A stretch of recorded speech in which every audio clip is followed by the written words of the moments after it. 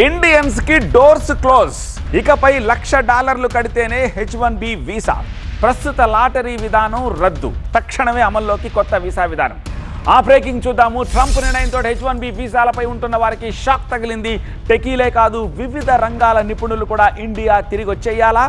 H1B పై America వెళ్లే డాక్టర్లు కూడా ₹1 కోటి కట్టాల్సిందే.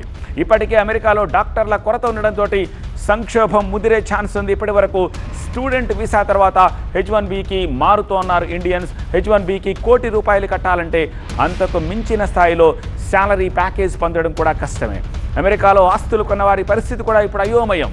సంపాదనంతా వీసా ఫీజుకే పోతే ఈఎంఐలు, ఇతర ఖర్చులు ఎలా? యూనివర్సిటీలు, స్కూళ్ళు, హాస్పిటల్స్తో పాటు అమెరికా రియల్ ఎస్టేట్ పైన తీవ్ర ప్రభావం ఉంటుందని అంచనాలు వేస్తున్నారు. ట్రంప్ ఎఫెక్ట్ తోటి స్టార్టప్లు, చిన్న కంపెనీలు అమెరికా నుంచి వెళ్లిపోయే ఛాన్సెస్ కనిపిస్తున్నాయి. కొత్త వీసా లాటరీ మరో వారంలో మొదలవుతోందనగా రూల్స్ మార్చి ఆటం బాంబ్ పేల్చారు ప్రెసిడెంట్ ట్రంప్. ఒకవైపు వీసాలకు బ్రేకులు, అటు గోల్డ్ కార్డు పేరుతో కొత్త ఆఫర్లు.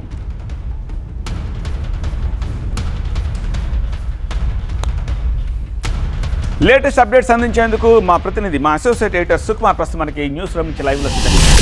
సుకుమార్, ఇంకొంత క్లారిటీ వచ్చి ఉండొచ్చు ఎగ్జిక్యూటివ్ ఆర్డర్కి సంబంధించి. సో సినారియోస్ ఎలా ఉన్నాయి ఒకసారి కొత్త నిబంధనలు? క్లియర్గా పొద్దున మనం ఏదైతే డిస్కస్ చేసామో దానికి అనుగుణంగానే ఆర్డర్స్ కూడా ఇష్యూ చేయడం జరిగింది. అదే కాకుండా ఇది ఇమ్మీడియట్ ఎఫెక్ట్ అవుతుంది అని చెప్పడంతో పాటు ఎవరైతే ఈ ఒక్క రోజులో అయినా అమెరికాకి వెళ్ళాలి అనుకుని ఎవరైనా కొంతమంది ఇండియాలో ఉంటే వాళ్ళని అక్కడికి వెళ్ళలేని పరిస్థితికి తీసుకొచ్చిన ఇది కూడా మనం చూడొచ్చు. ఎందుకంటే వెబ్సైట్ని పూర్తిగా డౌన్ చేసి ఏదైతే ఇక్కడ H1B వీసాస్ మీద ఉన్న వాళ్ళు ఎవరైతే ఉన్నారో వాళ్ళు వెనక్కి వెళ్ళడానికి కూడా అవకాశం లేకుండా ట్రంప్ రిస్ట్రిక్ట్ చేసినట్టుగా మనకు చాలా క్లియర్గా అర్థమవుతుంది.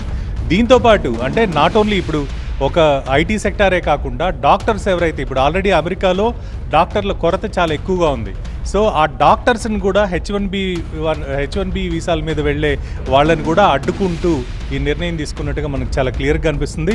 దీనివల్ల ఆల్రెడీ H1B వీసాల మీద ఎవరైతే అక్కడ ఉన్నారో వాళ్ళకి సంబంధించిన కమిట్మెంట్స్ అంటే వాళ్ళ పిల్లల విద్య కావచ్చు, మరోవైపు వాళ్ళు అక్కడ తీసుకున్న ఇల్లుల యొక్క ఈఎంఐలు కావచ్చు, ఇవన్నీ కూడా గుదిబండగా మారే అవకాశాలే చాలా క్లియర్గా కనిపిస్తున్నాయి. ఎందుకంటే ఒక పాజిటివ్ అట్మాస్ఫియర్తో ఇప్పటి వరకు రన్ అయిన ఉద్యోగాలు ఏవైతే ఉన్నాయో ఇవన్నీ కూడా ఒక్కసారిగా కుదేలు పడే అవకాశాలు. మరోవైపు స్టార్టప్స్ కావచ్చు, చిన్న చిన్న కంపెనీలు అంటే పెద్ద కంపెనీలకి ఇది పెద్ద భారం కాకపోవచ్చు. ఎందుకంటే ఆల్టర్నేటివ్గా ఉన్న రిసోర్సెస్ని వాడుకోవడం, మిగిలిన దేశాల్లో ఉన్న కంపెనీల యొక్క బ్రాంచెస్ ఏవైతే ఉంటాయో వాటి నుండి ఉద్యోగులను తీసుకోవడం, ఇవన్నీ కూడా పెద్ద కంపెనీలకు అంత భారం కాదు. కానీ చిన్న చిన్న కంపెనీలు ఏవైతే ఉన్నాయో అవన్నీ కూడా భారీ ఎత్తున నష్టపోయే అవకాశం ఉంటుంది. అందుకనే వాళ్ళు అటు కెనడా కావచ్చు, ఇటు యూరప్ దేశాలకు కావచ్చు, ఇలాంటి వాటికి కూడా వలసపోయే పరిస్థితి ట్రంప్ తీసుకొచ్చాడు అని అనడంలో ఎలాంటి అతిశయోక్తి లేదు.